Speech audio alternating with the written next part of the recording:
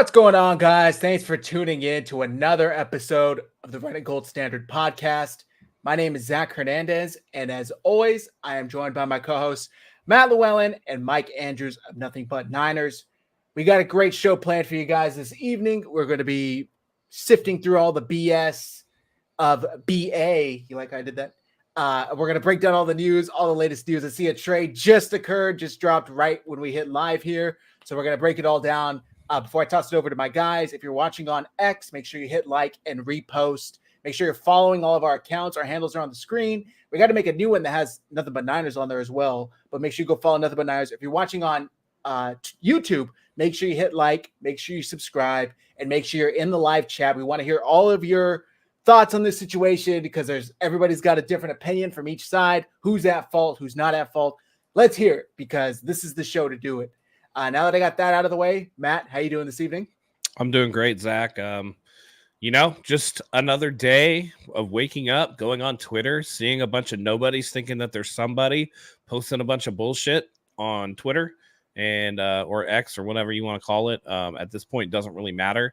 At the end of the day, until one of the usual suspects tweets anything out, I don't care if your name is John, Ricky Bobby, it don't matter. Ben, I don't care. I don't believe any of you. So, as it stands today, Brandon AIYUK is still tentatively a 49er, and that's where we're at. Okay. Coming out hot. I like it. Mike, how you doing this evening? I am great, except for the fact that symmetry is like a thing for me, and I can't get this thing to sit evenly on my forehead. All right, there we go. I think I'm going to leave it there. I'm doing well, though, man. I'm happy to be here, ready to get this repetitive conversation kicked off, and let's talk some Niner stuff, man. Let's do it.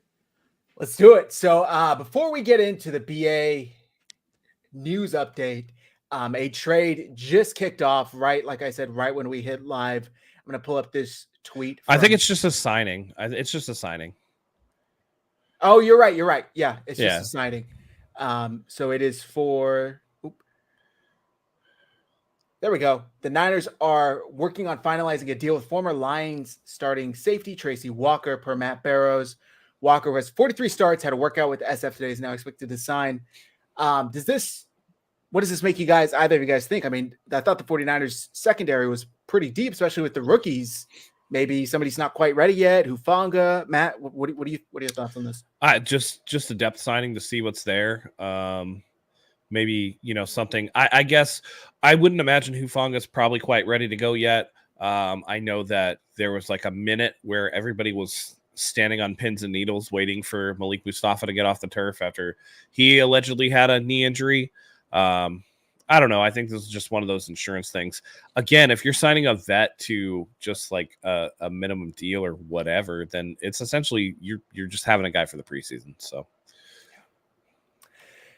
when you sent this, I thought, man, there it is. Breaking news. 49. At first, I'm like, they're sending BA to the Lions. Mike, what are your thoughts on this signing?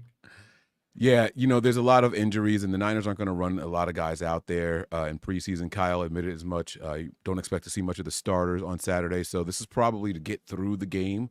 They're going to have to test a lot of depth, and they don't want to put too many guys who – the Niners, man, they've been dinged up throughout this training camp. I don't know if I recall so many injuries in training camp. Just nicks and bruises, nothing that is going to stop anyone from participating in the regular season so far.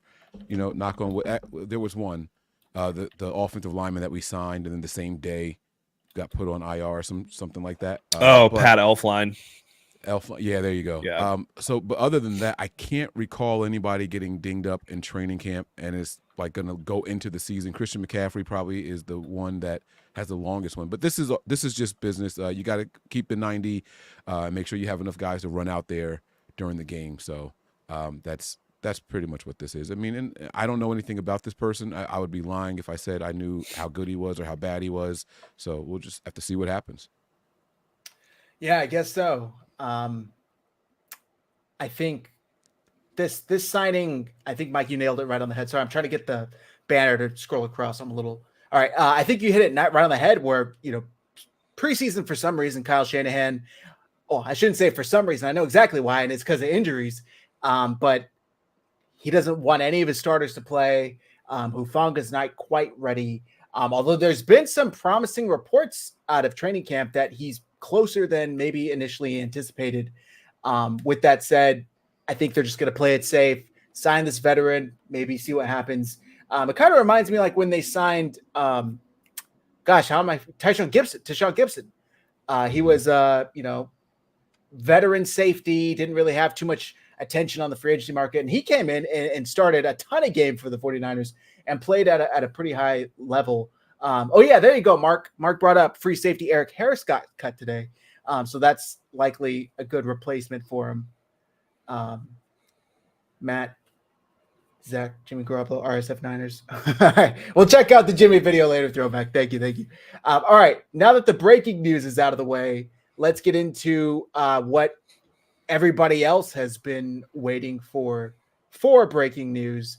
And we all texted each other, I think it was Monday, saying, are we going live? Everybody's going live. What's going on? We're like, look, if something happens, we'll go live right away. If not, we'll go in our previously scheduled day, which is Wednesday. And that is Brandon AIYUK. For some reason, he has made it clear to the 49ers that he doesn't want to be here at the dollar they're proposing to him. And it looks like there were trades in place to New England, Cleveland, and now Pittsburgh. But New England's dropped out, and there's kind of mixed reports about whether or not he said no to Cleveland. But the main team in all of this is the Pittsburgh Steelers. And we could talk about Ricky. We could talk about, all of the kind of source war that's been going on with all of this. But that's where we're at. And I'll play a video once I get you guys' thoughts on from the insiders of the NFL talking about it. But Matt, what the hell's going on? I mean, is BA gonna be moved? Is he gonna stay? What are your thoughts on this whole drama? I don't care at this point. I really don't care. I just want a resolution because I'm tired of talking about it every day. I've never seen such BS. I didn't think it would be possible to get to the point where we outstripped what happened with Deebo Samuel, but I think that Brandon AIYUK and the team looked at that situation last year, and instead of learning from it, they were both like, all right, bet, cool. We'll do that. So looks like they had a deal set up with the Patriots for, something. I don't know what, but Brandon AIYUK allegedly shot that down. The reports are they were going to pay him 28.5. So he doesn't want 28.5 to go to the Patriots. He doesn't want whatever the 49ers are offering him. Like it's like that meme that's from The Notebook with what's his face, Ryan Gosling. It's like, what do you want? Like, God damn it, what do you want? Yeah. At this point, either stay or go. I don't care. You're a distraction, and you're taking away from the team. And it doesn't matter if he re-signs or not. There's definitely going to be some type of bad blood at some point. This isn't a Trent Williams situation where Trent Williams is just like, I'm not showing up. This is playing out so publicly in a way that hasn't been the 49ers MO the last couple of years. I think the 49ers are trying to be like, look, this is the market. We're not trading you where you want to go without something in return. I don't think the 49ers are just going to trade draft picks because they don't have to. He can sit at home and they're going to get the same amount of value that they would if they traded for next year picks, which is nothing for this year, which is important in a Super Bowl year, right? Wide open Super Bowl window. And you're not going to have Brandon AIYUK either way. So why are you even worried about, what's to come in that, in that aspect? So I don't know, man. I'm done with it. Wide receiver, infinitely replaceable. He's not one of the top 5 in the league. So, again, if you can get 60% of his production in this offense from somebody else, the 49ers are going to be just fine. It's just like, you got to figure it out, dude. Like, take the deal or get traded somewhere or whatever. It doesn't matter. Like, figure it out. Mike, what are your thoughts on this whole situation? Well, so I kind of disagree with some of what Matt was saying. I don't disagree with it. I can't say that, he's not tired of the back and forth, which, rightfully so. But nothing has really changed in the 49ers locker room. Nothing has changed in the 49ers front office. The only thing that changed within the last 72 hours was the fact that the 49ers allowed his team, Brandon AIYUK's team, to contact other teams. So when he requested a trade, apparently the Niners never accepted like him requesting a trade. All right, we'll call around to a couple of other teams, and then a couple of days ago, the Niners said, okay, now you guys can call around to a couple of other teams, and see what you guys think the market is. That doesn't mean that Brandon Ayuk has been any more or less annoying in the locker room. The nuisance is coming from social media and all these people vying to break the news first. Brandon Ayuk has done nothing any different than what Deebo Samuel did, requesting a trade and all that stuff. I would say the one example that I brought up is him like trying to have his cake and eat it too. Him saying like New England offered him 28.5 and he's like, I'm not taking that, and I'm not taking what the 49ers are offering me, but I don't want to go to New England. So like, is it the money or is it like a place to play? Like, because you can't have it both ways. You can't say that you want to get paid, and then when somebody is going to offer you that, you're like, nah, I don't want to go there. Well, so, okay.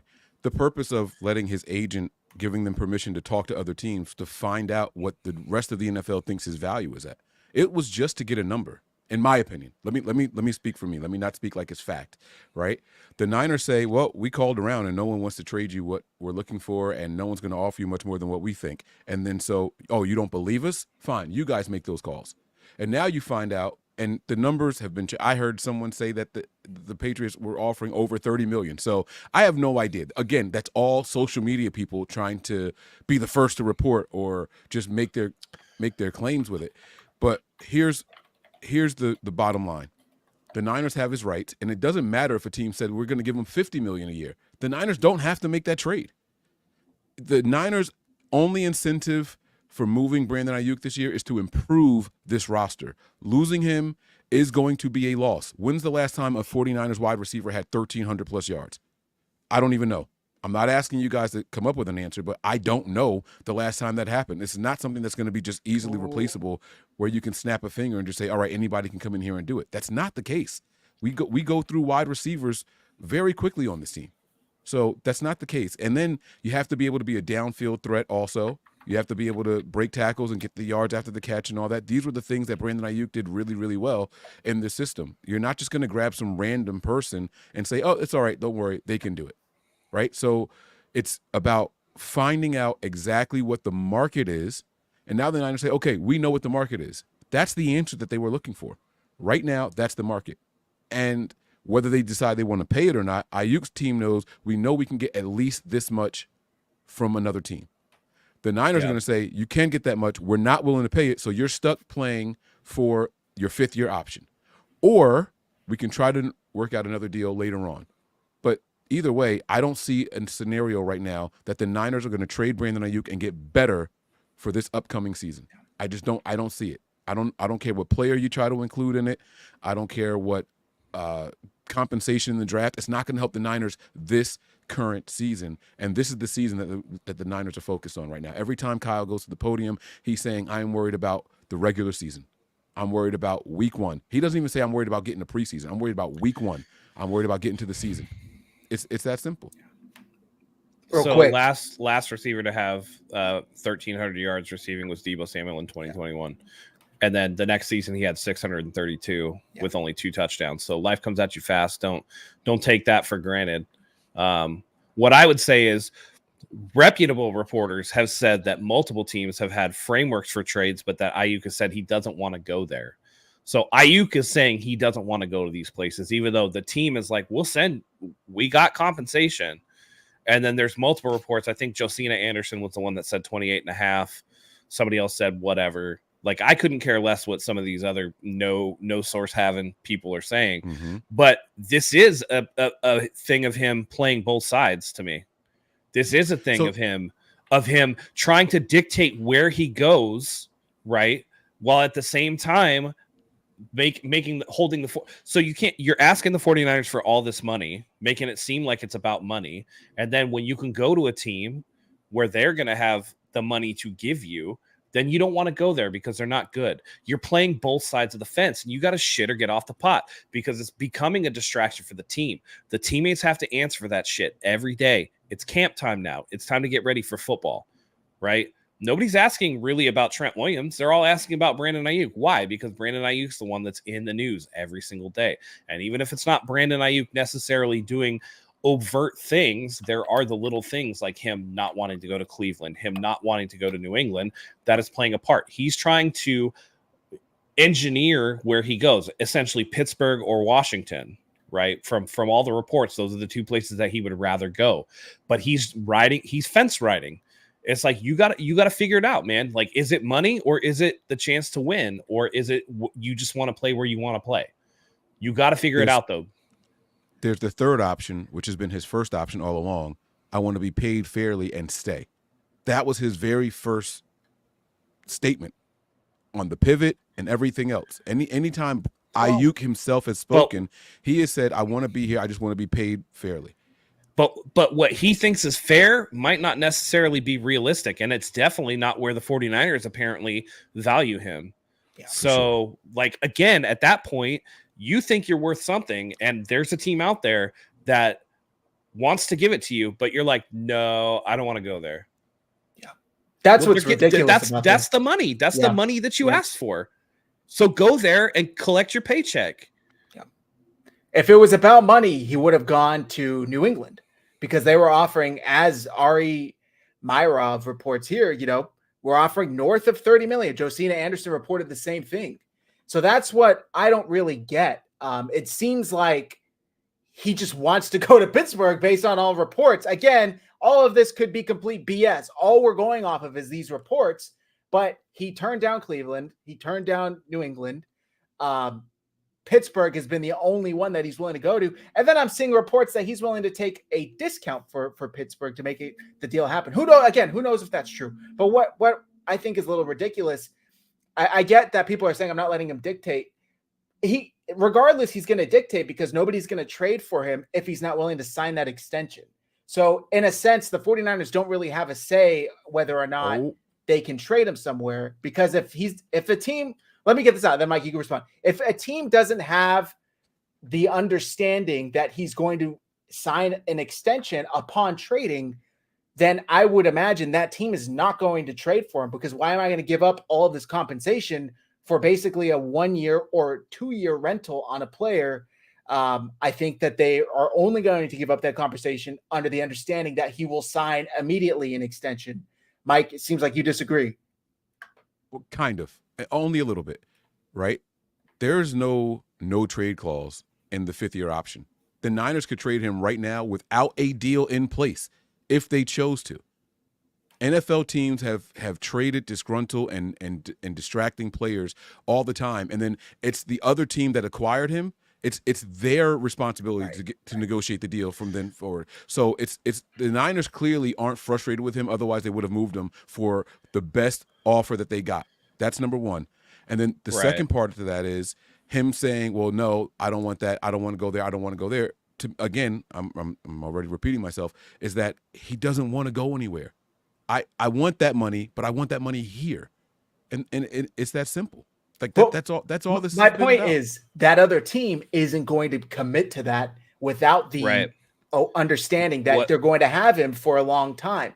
I understand. I totally get it. The 49ers have the ability to send him wherever they can send him to Timbuktu for all they care. They can send him wherever the hell they want. But what's the return? Yeah, the team's not going to get it. It's like, I can sell my car right now that has a blown transmission. I could sell it, of course, but why is a person going to come and give me 10 grand for it when they know they're going to have to repair that transmission? Like, it's not like I'm unable to sell my car. It's just nobody's going to buy it. And that's what I think the situation is with AIYUK, is no team is going to buy him in a sense where when it comes to trading picks or players, if they're not going to have him for the long term. It doesn't make sense. It's not smart football. We've seen crazier shit. Maybe somebody's willing to trade for him and get a 1 year, 2 year rental, but I just doubt it. I wouldn't see it. If you're Buffalo, extension. If you're Buffalo, you don't think Brandon AIYUK sets you over the top when you have to play against the Chiefs? Yeah, but the 49ers are going to be asking for somebody like Gabe Davis in return. The 49ers want, if they're going to trade AIYUK or whoever's there, I don't even know who's there anymore. Right. No one, basically. I don't pay attention to Buffalo. I know Stephon. They drafted that receiver. Keon Coleman, my favorite receiver this draft. There you go. So Keon Coleman then. Let's just say that. They're going to want Keon Coleman and or a pick, something that's going to help them this year. They're not just going to, like, again, if you're just going to do picks, sit him on the sideline. He can make zero money this year. right? You can find him all of his game checks. He can make zero money. Then you can tag his ass next year. When he doesn't show up, you zero money, and then see how much you're going to command on the open market after two seasons not doing shit. But the 49ers aren't even doing that. They're not even playing hardball. I have heard nothing of him being fined for not being at camp yet. They're allowing his agent to negotiate with these other teams. The 49ers are actually still keeping it above board, and Brandon Ayuk's the one that can't make up his fucking mind. So he's got to figure it out. Okay, listen, whether it's 28 or 26 or whatever the 49ers offer is, it's that much of a difference. Like, and I'm not trying to like speak to other people's money and shit, but at the end of the day, if they're not going to trade you, and that, you know, if they're really looking for a huge return, which it sounds like the 49ers are, and the alternative is I could take 26 or I could hold out and not make shit. You know what I mean?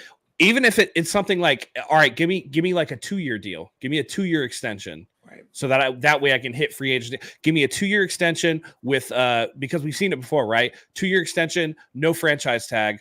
And then I control like no trade clause unless I approve or whatever. There are ways that he could layer this to where it gives the 49ers financial flexibility or whatever the case may be, and he can still make a payday in the prime of his career because he's 26 years old. He could hit free agency at 28 with none of this stuff hanging over his head, just free and clear out the door, and then get back to business. Because the 49ers are looking at, we have Deommodore Lenoir, we have Charvarius Ward, we got a bunch of other guys that are coming up. Brock Purdy's got to make his money, and they're not willing to commit $28 to $30 million for a single wide receiver. And I understand it from that perspective. Yeah. But like he's got to get to the point where he's going to make a decision. Either sign the extension because you want to be paid fairly, or you stay with a team that's going to give you a shot to win, but you can't have it both ways because the 49ers are clearly not willing to meet your asking price at what you want, and you're not willing to go to shitty teams or a situation that you don't want to go to. So we're stuck at this impasse unless the 49ers can go behind and do this whole, oh, maybe they'll get picks and trade that to a third team. It's ridiculous. So I want to read the super chat, and then I want to make the point. But first, our man Silverado Kev, shout out Kev. Man, BA ain't going anywhere. He just wants to get paid and valued as he should. Unfortunately, we're not willing to pay that based upon our offensive DNA. They'll end up meeting in the middle. Hashtag Niner Gang over everything. Look, my whole point, thank you, Kevin. Appreciate you. Glad to see you. Hope you're doing well. The time to trade Brandon Ayuk was 4 months ago. The time to trade this man was 4 months ago, not 3 days before their first preseason game. Even if you trade him for Devontae Adams, for Justin Jefferson, how long is it going to take that wide receiver to come in here, learn the playbook, get up to speed? Like, if the 49ers really do go through with this and don't get a real playmaker back in return, which it doesn't really sound like is on the table, according to these reports, it's a complete malpractice, complete mishandling of the situation, and I think they deserve all the scorn that comes with it, because there's also another option that nobody seems to be talking about, which is finish out your fucking contract and then leave as a free agent. Like, if you don't want to be here that badly, I get it, I guess, but you are under contract. The 49ers have the ability to franchise tag you after that. It's like you want to have, like Mike and Matt both said, he wants to have his cake and eat it too. You want to be able to pick your destination and get your money. Well, that's usually a thing for unrestricted free agents, buddy. So you can't really do that while you're under contract. So again, the 49ers, if they knew that they were going to have to trade him, or if they at least felt like they were going to have to, they should have fucking traded him in April when they could have got a draft pick, drafted another receiver. I understand they drafted Ricky Pearsall. Maybe they would have drafted 2 for all we know. Maybe they would have drafted another tight end. I don't know. But that's when they needed to do it. So that way they could get a player and get them up to speed, or maybe a veteran. I don't know. But that was the time. So now that it's sitting here August 7th, 3 days before their first preseason game, it's completely ridiculous that this is even an issue. And Mike, or whoever wants to add something, I want to get that. And then I want to read a little bit of an article from Mike Silver, because I think it shares a lot of good insight. Think of Mike Silver what you will, but I think he's pretty tapped in. Go ahead, Mike. I just got one last thing to say about this. I know there's a lot of outrage towards Brandon Ayuk, and the fans are starting to turn against him because they think that he doesn't want to be here. I think his actions are saying that he does want to be here. But aside from that, we also have to separate the player from the agent who is trying to do his job. That agent's job is to get his client the best contract. It's not to be on the best team and all that. That's all during free agency. But right now, the agent's job is to say, let's see how much money we can get for this guy for this extension. That is the focus of this agent right now. And so the agent has to continue to stir this pot and say, these teams value him at this amount. So be upset with Brandon Ayuk, but make sure that it's not misplaced hate. Make sure that you're applying it the right way, right? Like Matt said over and over, having your cake and eat it too. If you want to be frustrated with that, I get it. But we don't know that Brandon Ayuk literally said, guys, he literally said, I called my agent ready to get the suit out because there was an offer from the Niners. These are his words. We got to let go of that old shit, though. We got to let go of that old shit. Because you know why we have to let it go? Because the market changed and the agent says, I think we can probably get more. And that's by the way, the agent now at this point. I want to clarify. I am not mad with Brandon Ayuk, the person. I am mad at or frustrated with the Brandon Ayuk situation. Boom. Like I want it to be done and over with. Either way that it's going to go, let's get it over with. And I understand that he wants to get what he can and the agent wants to get the best deal for him and all that stuff. But at the end of the day, like you got to, man, again, it's like trying to give your kid something, right, and making a deal with them. And it's like, what do you want for lunch today? And he's like, chicken nuggets. And you go, okay, cool, I'll make you chicken nuggets. And you pull out the nuggets, and they're like, I don't want those nuggets. I want these nuggets. Well, like, I'm not going to the fucking store to get you different nuggets, okay? We got nuggets in the house. That's what you're going to get. And that's kind of like what it is, right? Like, you don't want to go to New England, even though they're offering you money. You don't want to go to Cleveland, even though that's a trade that works for us. You want to go to Pittsburgh or you want to go to Washington. And it's just at the end of the day, every side needs to realize that, all right, we've all hit our head and run headfirst into this brick wall for the last 6 months or whatever it's been. We need to come together as adults in the room and get this thing figured out because Brandon Ayuk needs to get in football shape. The team needs to have Brandon Ayuk there or need to have something else in return. And the agent needs to realize that the 49ers aren't going to budge.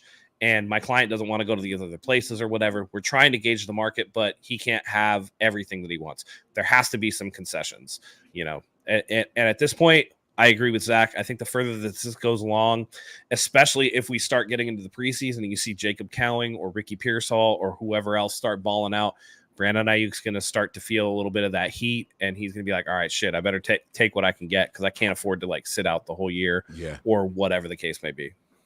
And lucky for him, those guys are both banged up right now and probably won't be playing much in the first preseason game. A lot of stuff is bending in his favor, as much as you can call it that right now. Yeah. All right. I want to read a little bit of this article. Sorry. One thing lastly that I want to touch on. I think it's really annoying that everybody in social media, this is the thing that frustrates me the most. Not only is it people who have no sources talking about that the deal's done, or people who were blatantly saying certain things a couple weeks ago that haven't bore out, like CeeDee Lamb's contract or whatever. I'm looking at you, Pretty Ricky. I think you're full of shit. But what's the rush? Where's the fire? What is the rush for the 49ers to just trade Brandon Ayuk? They're gonna milk this thing for the best deal possible. And if they don't get exactly what they're asking for, they're not going to do it. At the end of the day, like I said, the team is not playing hardball yet, but they do have that in their back pocket. And if Brandon Ayuk and his agent are determined that they want this dollar amount and they're not willing to budge, and there's no chance that the 49ers are going to be able to sign him for what they value him at that point, who cares about burning the bridge? You just then you play hardball with the player and see what happens. But, everybody is in such a rush to break the news. Like the 49ers have nothing but time in terms of this. It's like, oh, it's going to be broke today. It's going to be broke tomorrow. It's going to be broke in 10 minutes. And it's all just shit. So, sorry. I'm getting a text. Are our cameras showing correctly? Somebody said that it's just me and Matt. I see me on the screen. I see us three. So let me know, guys. Chat. Let me know if the cameras are being weird. Matt should be in the main screen, and Mike and I should be in the small screen. Hold on, we can check this right now. Let me open up YouTube. I'm on YouTube right now, and I see all of us. So I don't know what that. Oh, let me go to your channel. Maybe 49ers. Yeah, Hive. Brandon said it too. Cameras aren't working. Can't see Mike. Interesting. Mike is look What at are this. you guys watching on? Oh yeah, Can where's they- Mike? Can they hear me though? Can you guys hear him? I would hope. No Mike. Oh yeah, people are saying he's not here. Maybe leave and come back. I don't know. But I feel like All right. like I'm in the main screen right now, and Matt should be in the main screen because Matt is in the main screen here. Yeah, weird. This is weird. What a weird one. All right, Yeah. well, Mike will be back. Yeah, we'll see. All right, well, you can hear Apparently. him at least. This is something to do with StreamYard. I don't know what's going on. Sorry if you guys have had to stare at my face in the big screen as I'm like texting and stuff. Oh no. The NFL, the Shield has figured out that we're talking too much sense about this contract situation. No. They're trying to get rid of us one by one. Any update? Let us know. Any update? you Can we guys- see Mike again? I see him now. Okay. All right. Hopefully this back? works. Okay. Thanks, guys. Appreciate you guys reaching out and letting us know for sure. That's very strange. And the fact that you guys could hear me the whole time and you guys were responding. So does that mean that they didn't hear anything else? No, they heard you. They heard you. They just Oh. couldn't see you. Oh, Okay, now Matt's stuck in the main screen, so I don't know what's going on. Oh, and Zach has now disappeared. Oh, now I'm disappeared. Oh my god. Oh my god. All right, I'm gonna leave and come back. I don't know. I'll be next, I'm sure. All right. Well, while we're waiting for Zach to come back in, I think that I know he has an article that he wants to read from Mike Silver. Oh yeah, the Mike Silver thing. Yeah. Right. So I don't. Oh, Now we're overlapped. This is so odd. What the hell is going on? What if we do this? I don't know. I guess we'll see. You guys got to bear with us. StreamYard's being really weird. StreamYard. So I'm looking on YouTube. Okay, there we go. The three of us are in this screen here. So okay, that works. Let's just leave it here. That's the way that it's gonna go, guys. Sorry, guys. The screens are going to be a little messed up, but all right. So let's pull up this Mike Silver article. Yeah, that is wild. I've and never now I'm seen moving in this slow before. motion. Yep. Let me see. Here we go. Okay. So shout out to Mike Silver. Let me pull this up here. Sorry, let me hide this comment. Okay. So this is Mike Silver's article, and it was titled, How Brandon Ayuk Gained Edge on the 49ers in Impasse and Aggravated Kyle Shanahan. For months and months, we've heard that the 49ers have all the leverage as Ayuk, heading into the fifth and annual final season of his rookie deal, seeks a massive extension. Since May, they've acted like it. According to a source familiar with the negotiations, the 49ers made the second team All-Pro an offer a couple weeks after the draft and haven't engaged since then.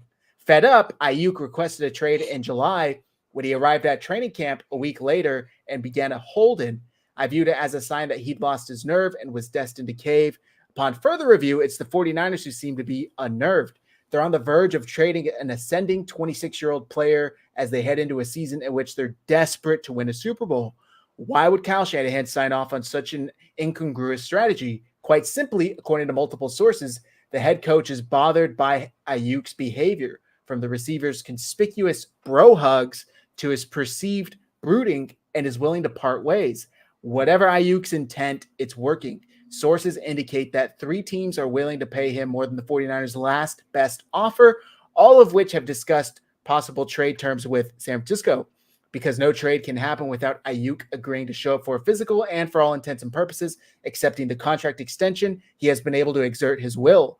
He has been hesitant about playing for the Patriots or Browns, but that could change. Joining the Steelers, who, as of Tuesday morning, had not offered compensation to the 49ers' liking, might be more enticing. He's carefully weighing the options, considering which move would be the best for his young family and assessing the positives and negatives of each situation. The 49ers hope to create a fourth option, Ayuk staying as Brock Purdy's preferred target for years to come. They have a funny way of showing it. Their last offer to him, somewhere in the range of $26 million a season, has aged poorly in the ensuing 3 months, with last week's 4-year, $110 million extension signed by the Bears' DJ Moore, the latest example.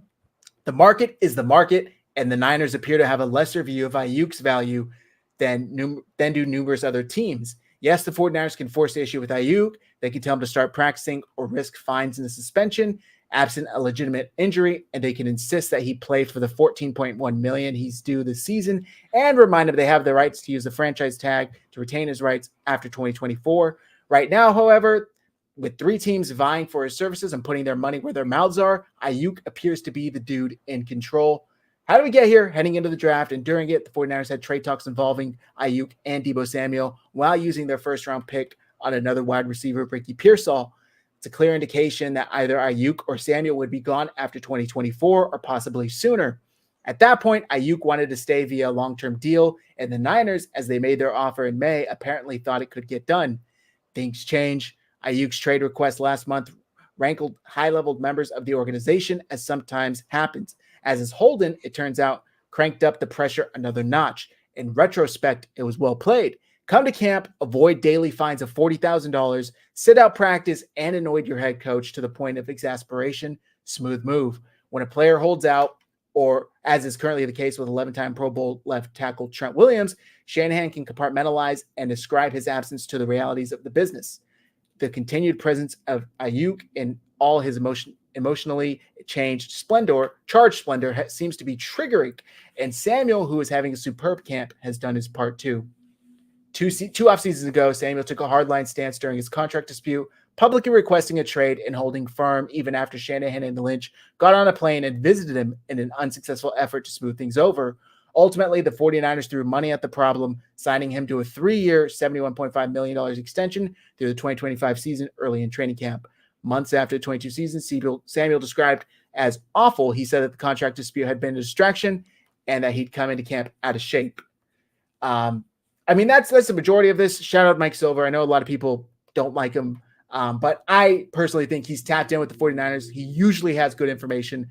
The thing that stuck out the most to me about this, and I'm sure you guys will agree, they made their offer in May, and that's been their offer. Like, there's 2 ways to look at this, right?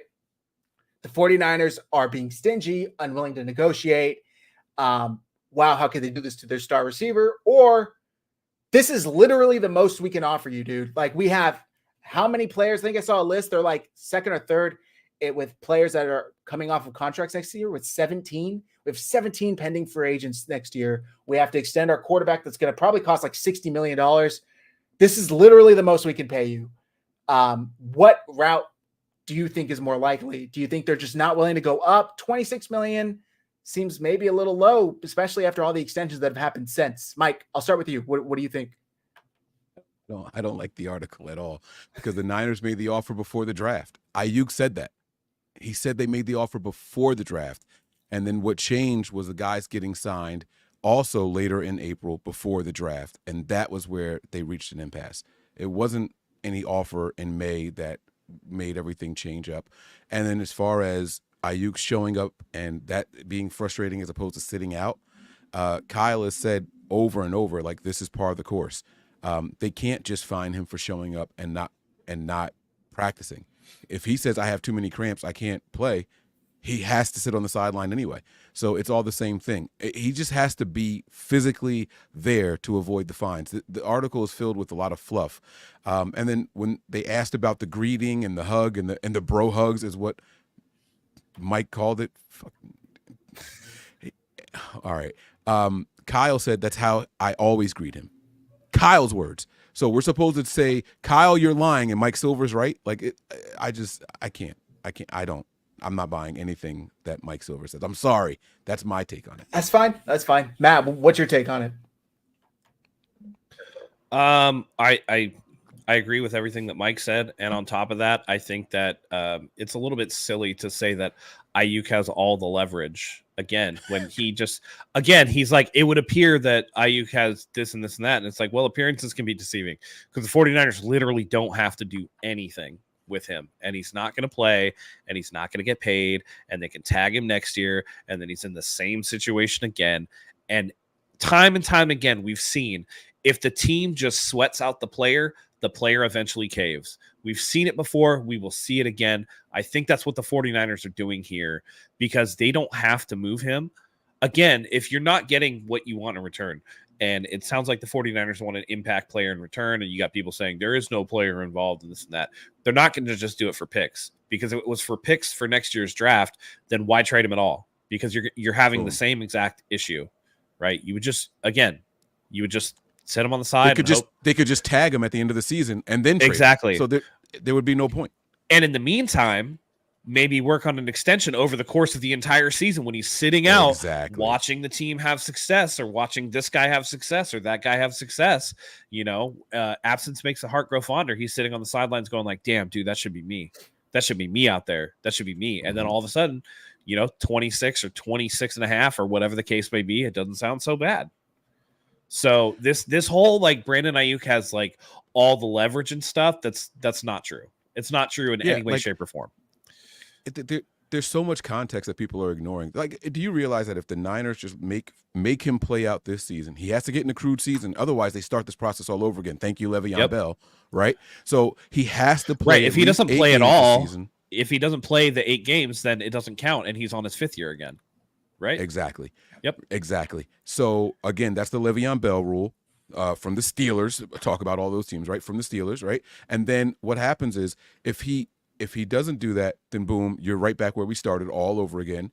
And then let's just say that there is no contract extension. He plays on the 5th year option and they let him walk, right? Even that by itself dictates what the trade compensation would start at a minimum. They're going to get a 3rd round pick for him because he's going to get one of the highest contracts as a wide receiver in the NFL. So now you can't even call the Niners with a trade offer less than a 2nd. You can't.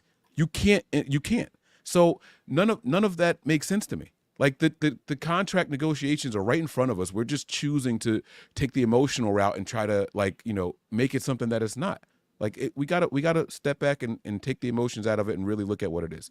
The agent wants to know what his value is right now today, and then he wants to bring that back to the Niners and say this is what we're looking for right here because teams are willing to pay that now, including a trade. By the way, if he was a free agent, he would probably get a couple million more per year because they don't have to give up anything to acquire him as a free agent. So the Niners played that very well, in my opinion. Like, okay, fine. Go ahead and see what the teams are willing to offer you, knowing that it's going to be $2 or $3 million a year less because they gave up a 1st round, 2nd round, or player to acquire him.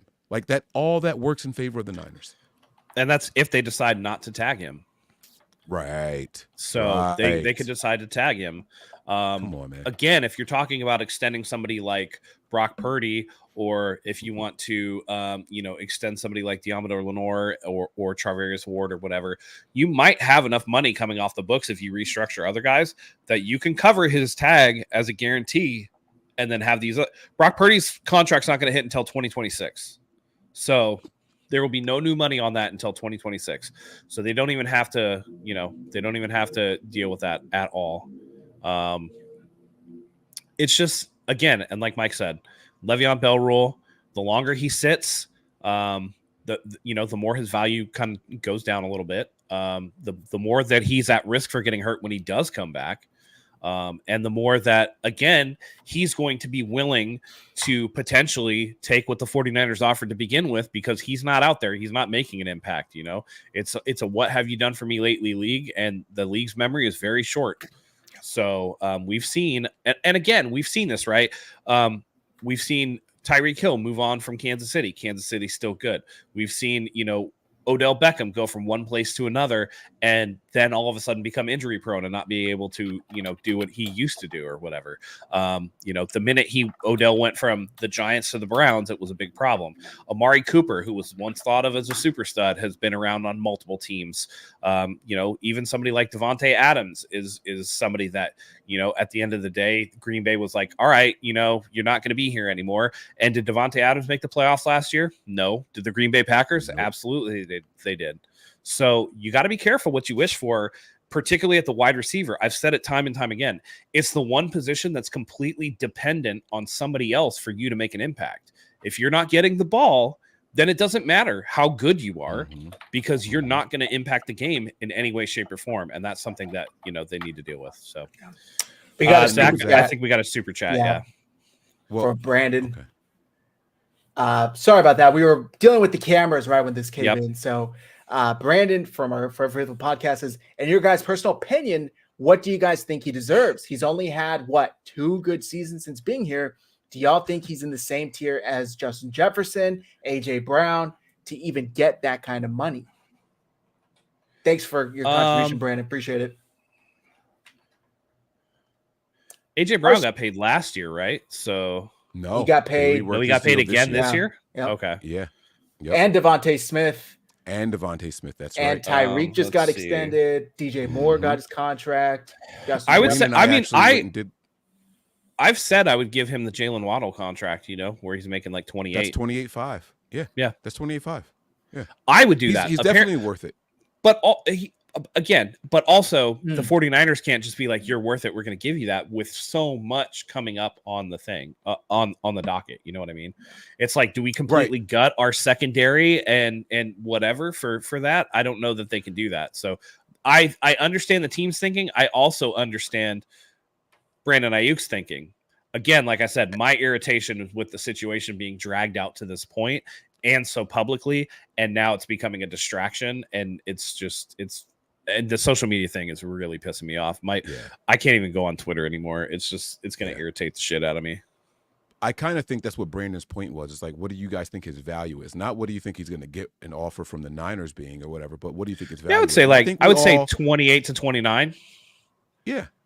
Yeah, I think we all are in the same ballpark with that. I do have a question for Zach after he answers or responds to the super chat and to the article. Mm-hmm. I do have a question for you two guys after that. I think that if the article is true and they really did offer 26.5, 28 should be reasonable for the 49ers, because let's be honest, it's been like a widely known concept that you can't get top dollar and chase a ring simultaneously. It's like players will get their money usually early on in their contract, and then they're like, all right, I've made all my money. Now I'm going to go take a discounted rate for a shot to actually win a championship.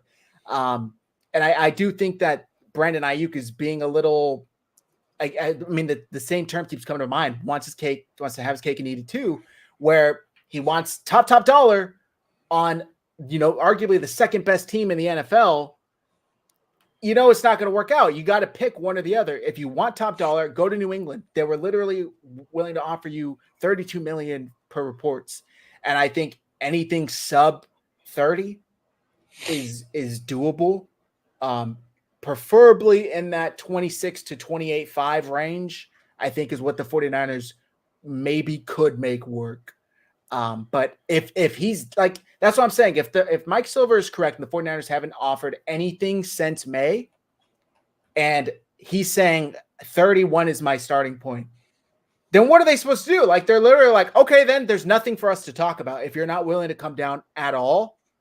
I just wish that they would have that, okay, then let's move on, and then turn the gears to let's just finish out your contract. Then you could be on your way. I wish they wouldn't turn to let's trade you then. But go ahead, Mike. No, and what you just said at the very end there was the icing on the cake, right? When it's all said and done, the Niners can walk into the room with him and the agent and say, listen, we're not going to come to an agreement and we're not moving you. Let's go ahead and get ready for the season, period. And then if he chooses to sit out, that's on him. And that leads to my question for both of you guys. I don't have the answers to this. I need to know when the trade deadline is, and is that before or after 8 games for the 49ers? Because he needs to play 8 games to accrue a season. Is that before or after the trade deadline? Because I could see a scenario, right? I could see a weird scenario where Brandon Ayuk does one of these. All right, I'll come in and play 8 games. It's a I'll week accrue 9. my season. There you go. And then, I pulled the hangnail. I can't play anymore. But and when then is the 49ers bye week? Right. So that's what we got to find out. Right. I'm pulling it up That's here. what we need. And I don't remember when the bye week is. That's crazy that I usually pay a lot of attention to that in the beginning of the season, but I don't remember when the actual bye week Sure, is. the chat already has it. Week bye week is week 9.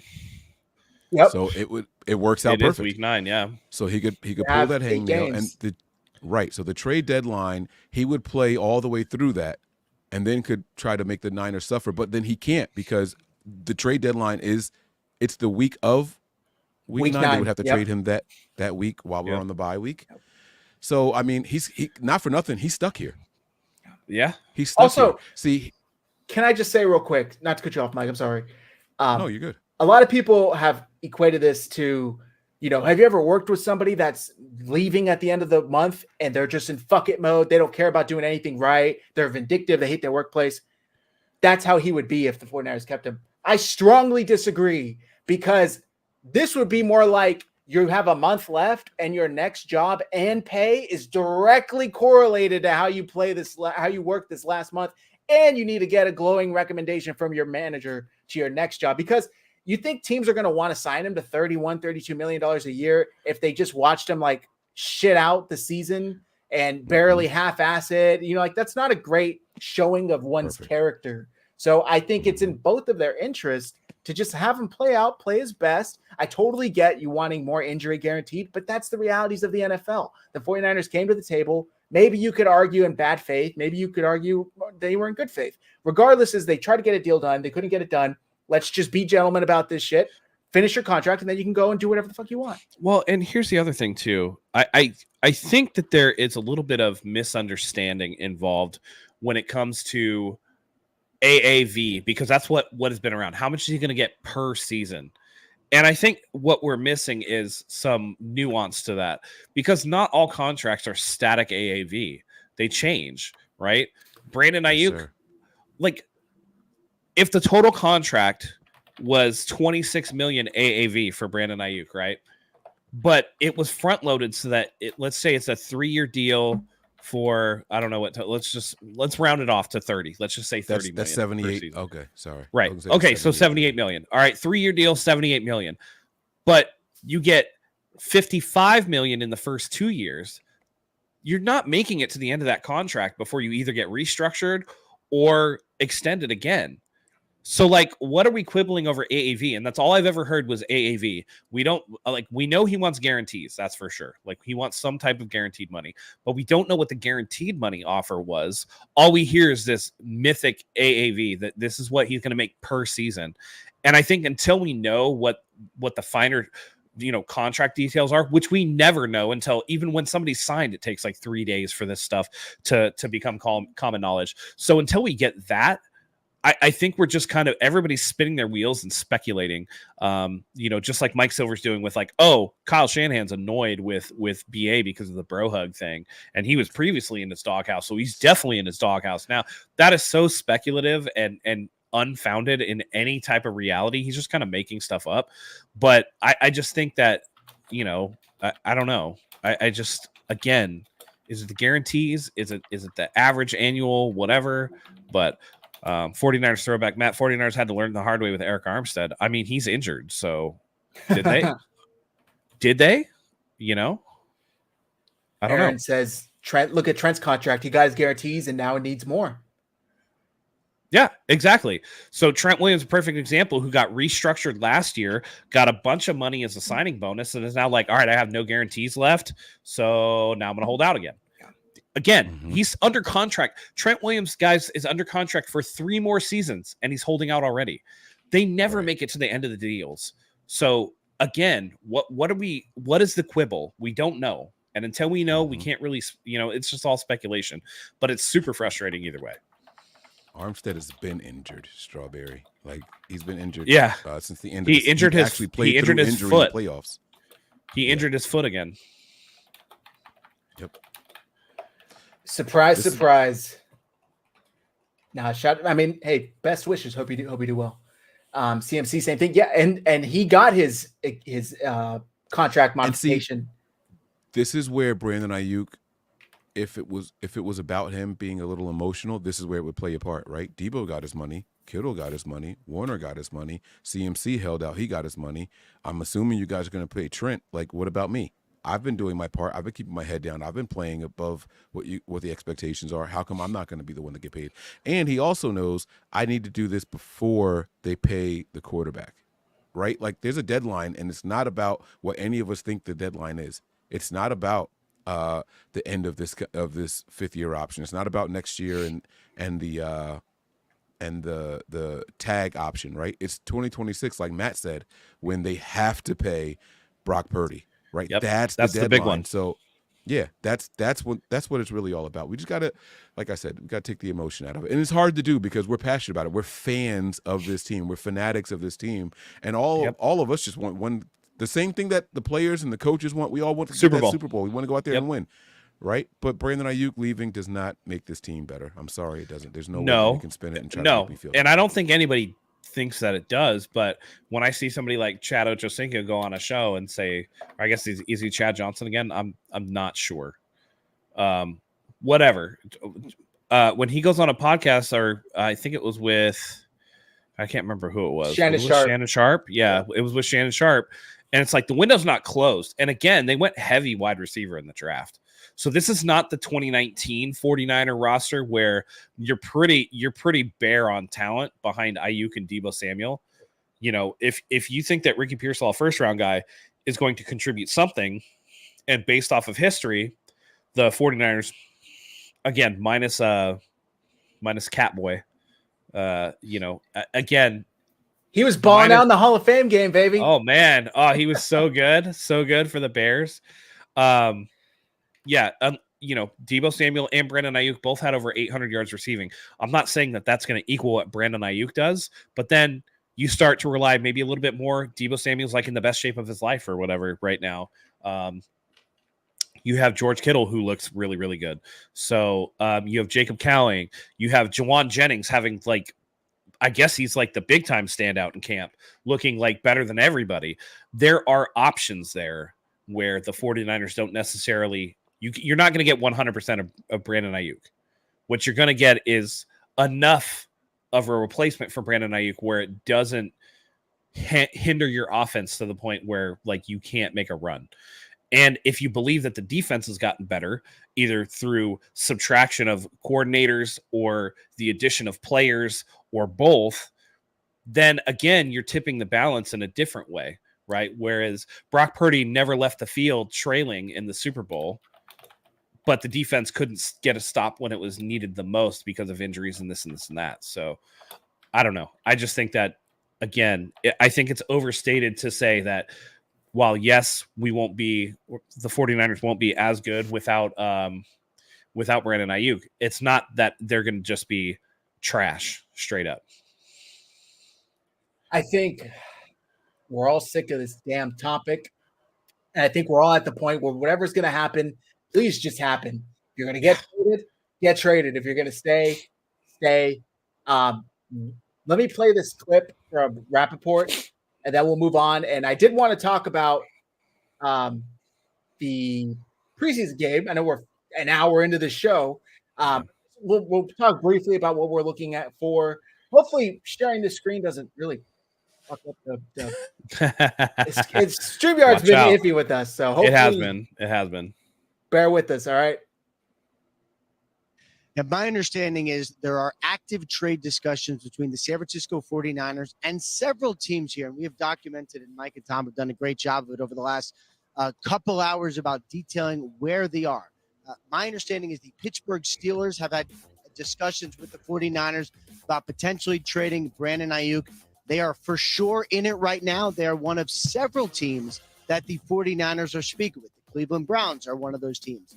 The New England Patriots are one of those teams. And there are a couple different parts to this trade. There is, can the 49ers agree to terms on a deal with either of these teams? I would say they're certainly further along with the Browns and Patriots than they are the Steelers. But that is another one that at some point, those two sides could come together and get a deal in place. And then there's the contract that Brandon Ayuk would want. And that is why he's had so much power, so much say in this situation, because he's not going anywhere unless he gets a contract that he wants, that sets him up financially like he desires. And as Tom mentioned, the market has absolutely skyrocketed. And for sure, he is going to benefit from that.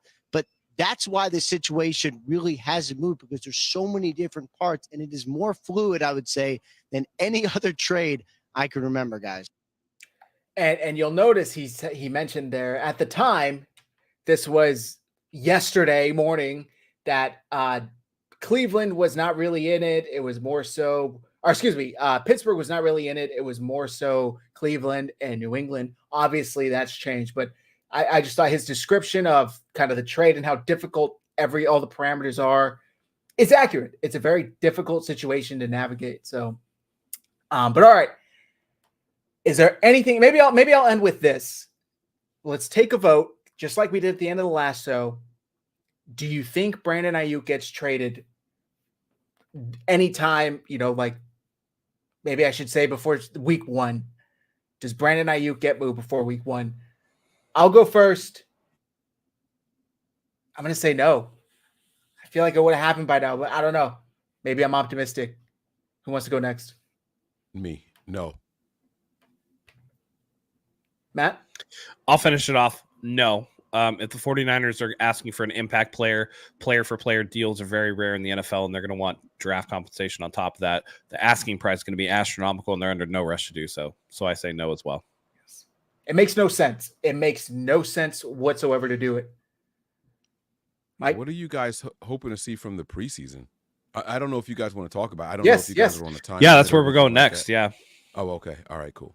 Yeah. So as far as preseason, the 49ers, in case nobody knew, there's actually a preseason game this weekend since we've been all caught up with this damn Brandon Ayuk drama. The 49ers take on the Tennessee Titans Saturday, I believe at 4:00 p.m. Pacific time. 49ers football is back. Kyle Shanahan, I think, said that like most of the starters won't play. Obviously, some linemen and special teamers, they may have to because there's no depth there. So we'll probably see, Joshua Dobbs. I'm not even sure who the third string quarterback is, if there is one. But we'll see a lot of backup. We have Brandon Allen and Tanner Mordecai. I don't know That's which right. one's going to take the higher slot.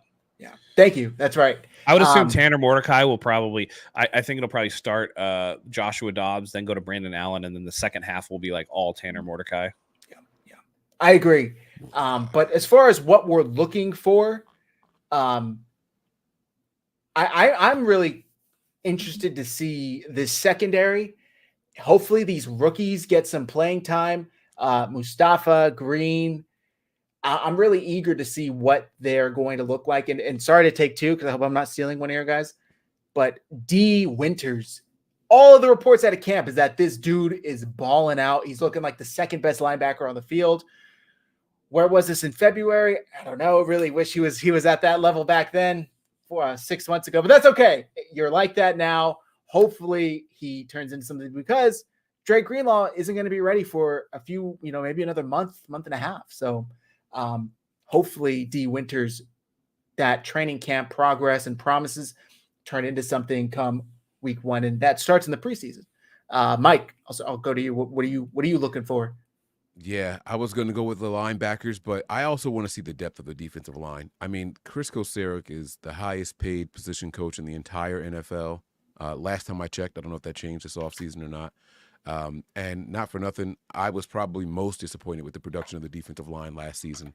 And the Niners have been notorious for throwing a ton of resources at it, whether it be draft picks, free agents, a combination of the two. And so this offseason, it was a little bit different. I don't think that they invested nearly as much. This is the first draft that I can recall where no defensive linemen were taken, not a single one.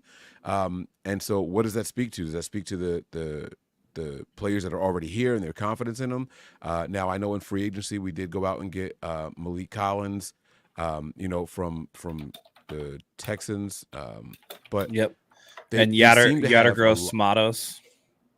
Yeah, well. Right. Mm-hmm. So they went out and did get a couple of pieces in free agency. They didn't really invest anything in the draft. I cannot wait to watch these defensive linemen play. Not named Nick Bosa, not named Javon Hargrave. So that's going to be it for me. Yeah. Jordan Elliott as well from the Browns. That's right. Yep. That's right.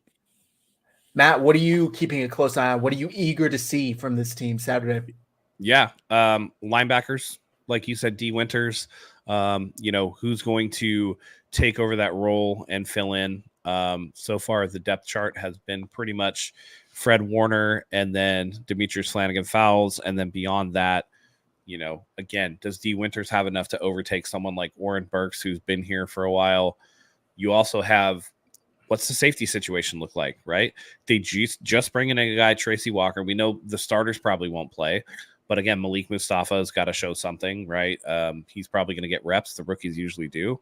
I don't know with his knee injury if he's going to this week, but then you have somebody, like Odom, who is a special teams guy.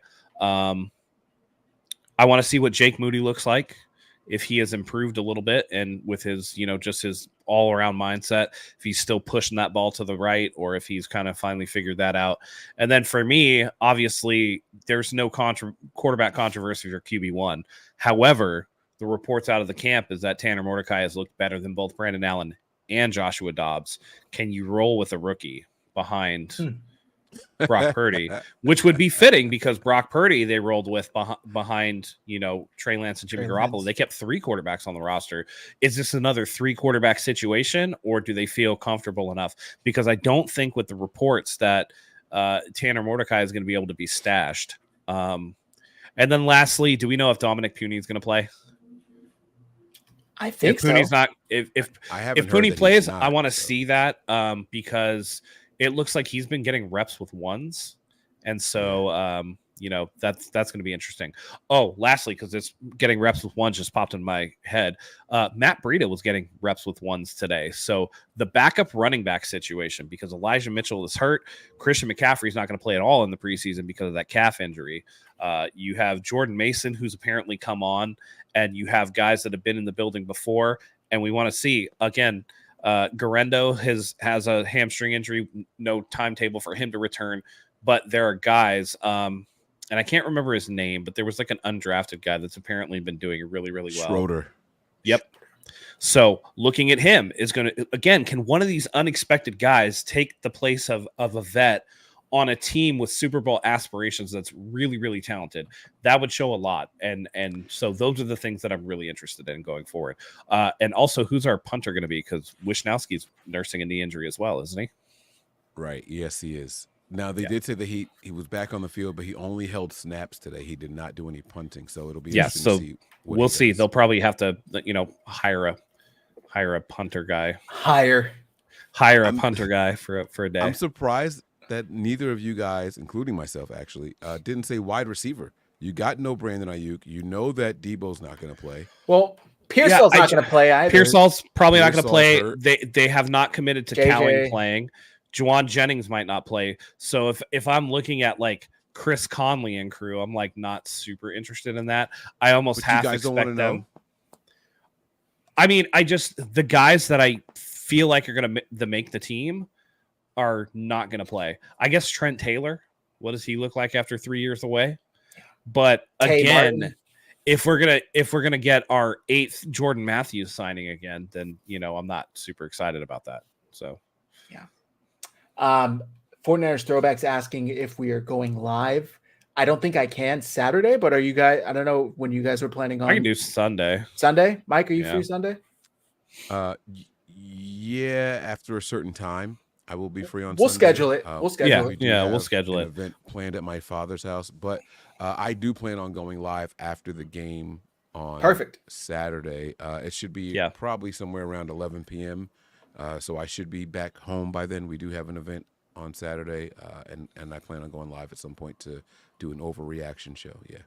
Got it. So you can check out Nothing But Niners Saturday night, and then we'll try and go live Sunday evening. Go ahead. We also didn't mention the new kickoff. Like I'm dying to see how the Niners play that. I was watching the Hall of Fame game, and there was a couple of penalties after the first one. It was weird. There seemed to be a penalty after each one, but I also noticed both teams declining the penalties that were happening to the opposing team. I don't know if you guys paid attention to that at all. So I want to see why teams. I still haven't figured out why they were declining the penalties. Does that mean it's a re-kick, or does it mean that you get the ball 5 yards closer? It might mean, especially the ones where there was a couple times where people would move off the 35 too early or whatever. I think that's an automatic re-kick. So if they got a good result on the return, they wouldn't want to re-kick to risk getting the receiving team getting a better result. So they just take it as it is. So gotcha. Very interesting, but it makes it. I guess they described it on the Hall of Fame broadcast about the it being like a running play at this point now. That's what it looks like. It looks like a handoff. You got all the blockers 5 yards apart. I don't hate it right off the bat. So that I don't, for whatever that's worth. Yeah. Jose's asking about Danny Gray. I'd be interested to see Danny Gray. Can you offer anything? Also, while we're on receiver, Ronnie Bell was the fucking preseason star last year. He made a name for himself as a 7th round pick and made the roster because of him balling out in the preseason. Will that return? Will that repeat? Guess we'll see. Did the kickoff look much different based on the field position? Not really. Like I thought people were starting with longer field position, like further away or whatever. But the rule is weird because like you get the ball at the 30 if it goes into the end zone and you do a touchback. And then unless it bounces in the landing area first. Has to go between the 20. It's something that we're going to have to get used to, but I think that, and it looks to me like most teams are trying to avoid touchbacks, that they're actually trying to kick it into the landing zone. So because there is a rule that you can get it at the 15, it's got to land at a certain point and then call for a touchback or fair catch. And then it would only go to the 15. A certain zone, then only goes to the 15. So that's why they weren't kicking into the end zone. But the NFL said for years that we want people to even pay attention to the kickoff because that was the time to go and get snacks and all that stuff, right? So they found a way to do it. They found a way to do it, and unfortunately, we got to pay attention to it now. So. Yeah, and by the way, this has no impact on punt returns, obviously, which remain the same. I'm most interested in the onside kick rule. If anybody takes advantage of that, I don't like the fact that you have to announce it necessarily first, although I feel like most teams, it's kind of obvious. I still would like to see a situation where maybe from your own 25 or 30 yard line, you have to attempt like a 4th and 15.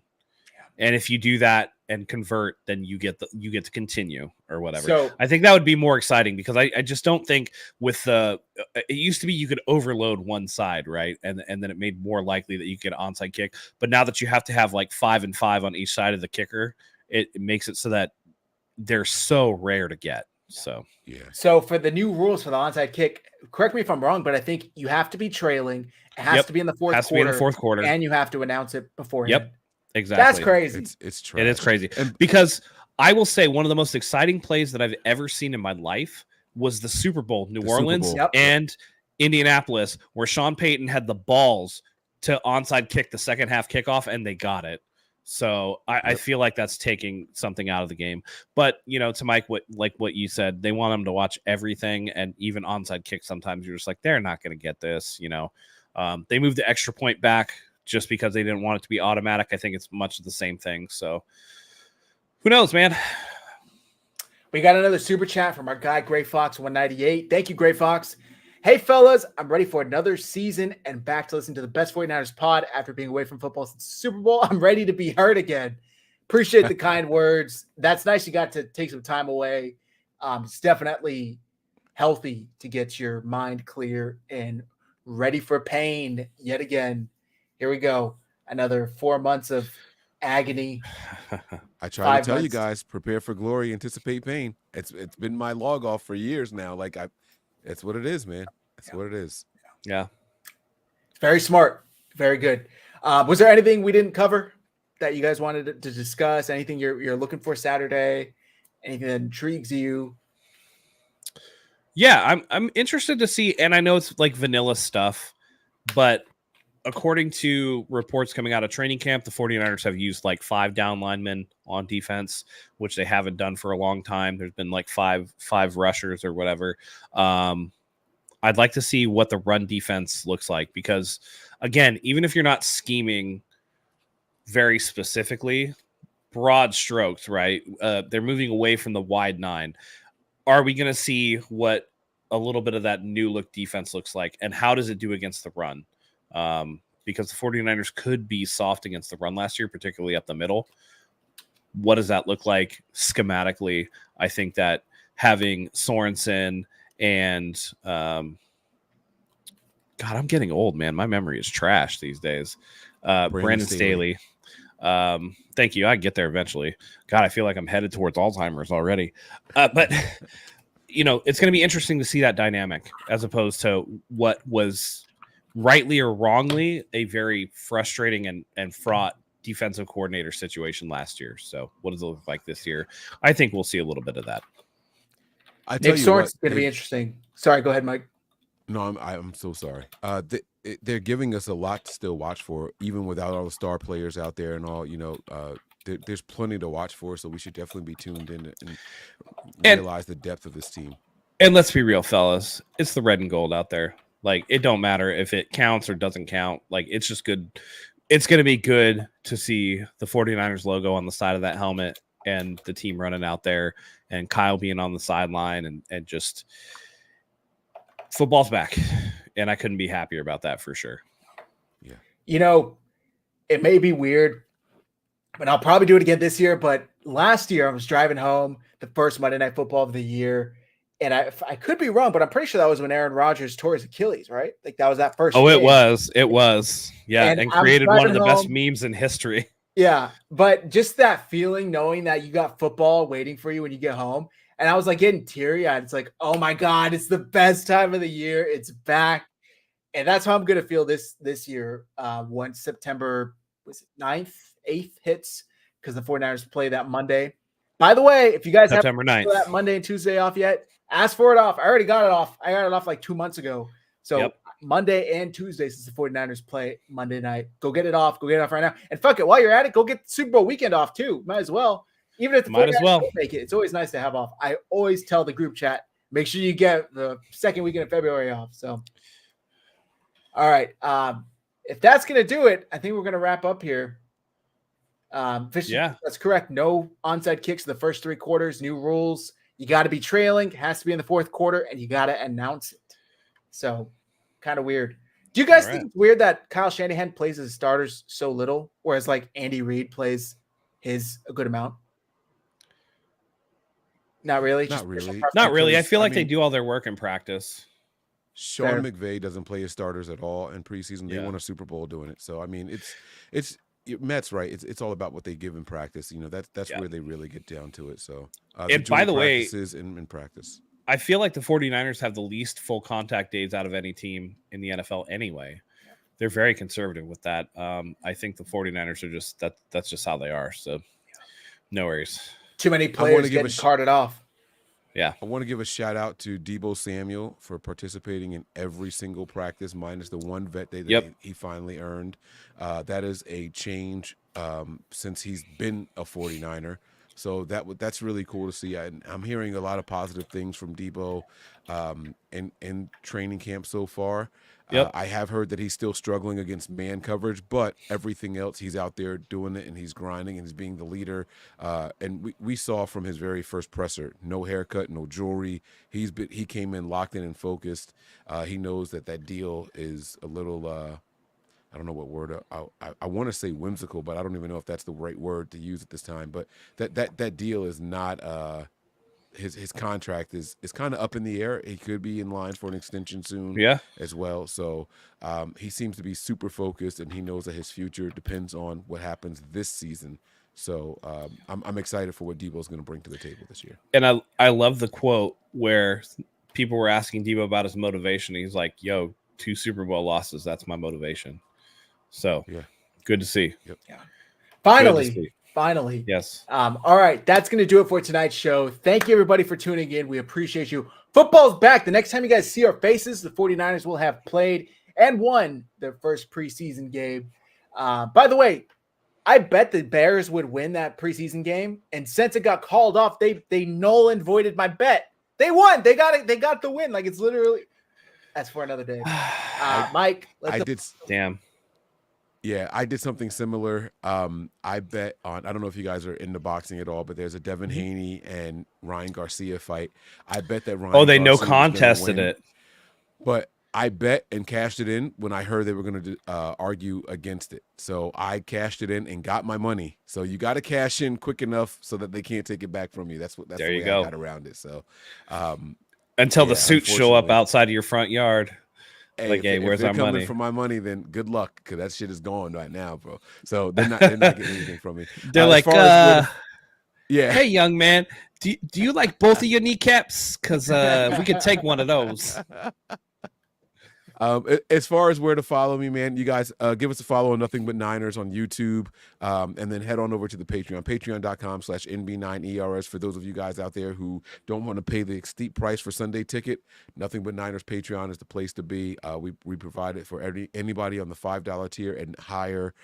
You will get all of the games throughout the regular season. So head there, patreon.com/NB9ERS. And the best part about that is when I would attend a game, I wasn't able to stream it at the same time, but now I taught my wife how to do it for me. So she is all locked in. Even if I am not here, I am going to the Seattle game, but she will be able to man the station for me and hold it down. So make sure you guys are locked in. Patreon.com/NB9ERS.